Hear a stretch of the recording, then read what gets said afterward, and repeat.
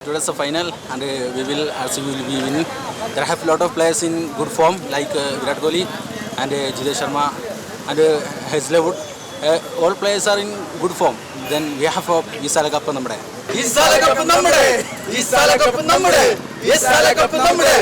RCB will be win.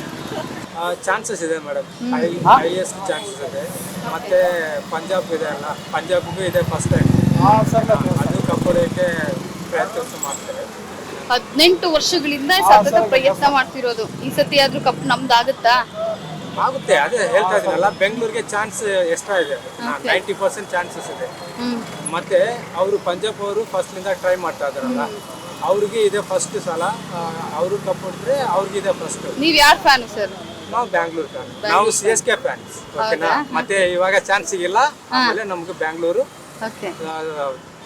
RCB fan ನಾವು. ಯಾವ player ಇಷ್ಟ? ಕೊಹ್ಲಿ ಇಷ್ಟ.